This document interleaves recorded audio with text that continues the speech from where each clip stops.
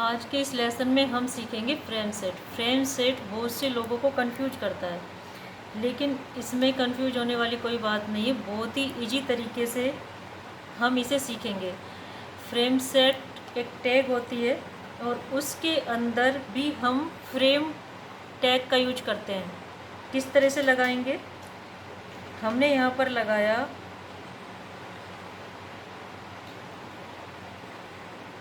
Frame set. Frame set open किया और इसको क्लोज किया स्लैश के साथ। अब फ्रेम सेट के अंदर भी फ्रेम टैग लगाई जाती है, लेकिन वो क्लोज नहीं होती है फ्रेम। इसका यूज हम किस लिए करते हैं?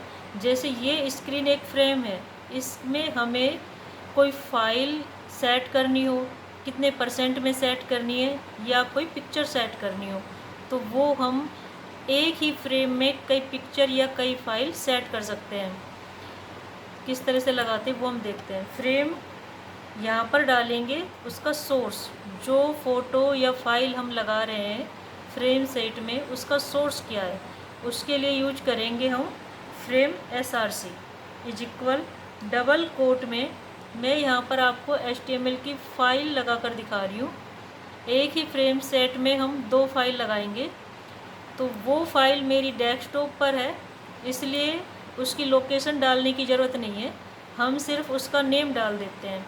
मैंने यहाँ पर नाम डाला, उस फाइल का नाम है फॉर्म, और HTML फाइल है तो .html लगाएंगे और डबल कोट से इसको क्लोज कर देंगे।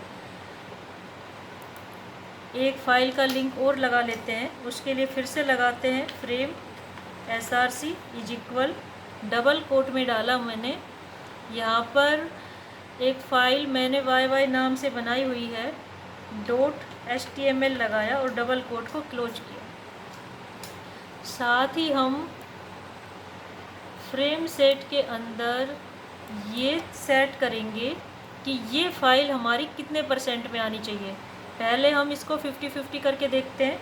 तो उसके लिए अगर हमें कॉलम में 50-50% चाहिए तो यहाँ पर यूज करेंगे कॉल्स का, और अगर रो में लेके आनी है वो फाइल तो हम यहाँ पर लगाएंगे रोज को।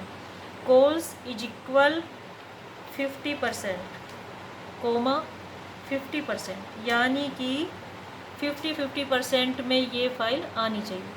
मैंने इसको सेव किया और यहाँ पर आकर जब रिफ़्रेश किया तो आप देख रहे हो कि कोई भी फ्रेम सेट नहीं हुआ। क्यों नहीं हुआ? सिर्फ ये मैंने आपको समझाने के लिए ही किया है कि फ्रेम सेट बॉडी टैग में लगता ही नहीं है, और यही चीज़ कंफ्यूज करती है। फ्रेम सेट हमेशा हेड टैग में ही लगाया जाता है, इसमें बॉडी का यूज नहीं किया जाता। तो यहाँ से मैंने बॉडी टैग को हटा दिया।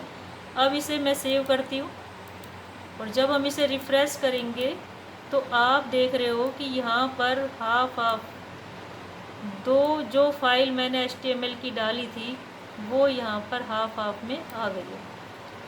ठीक है, इस तरह से हम फ्रेम सेट का यूज कर सकते हैं।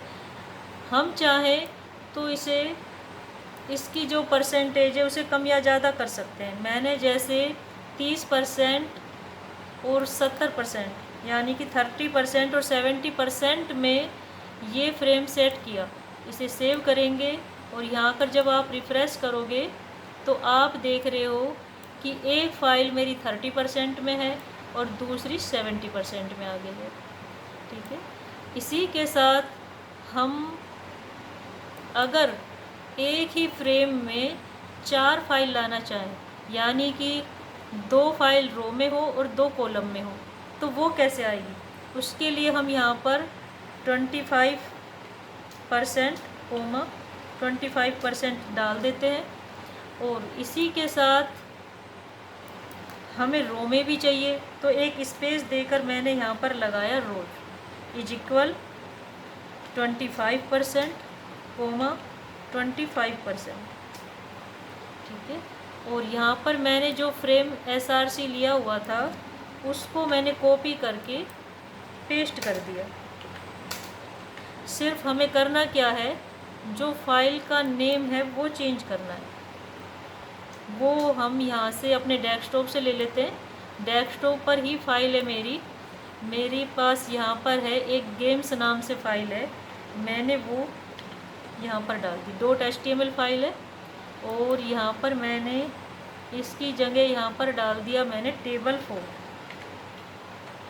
ठीक है, .html लगाया हुआ है। अब इसे सेव करते हैं। आप देख रहे हो कि एक ही फ्रेम में 4 फाइल यहाँ पर आ गई है।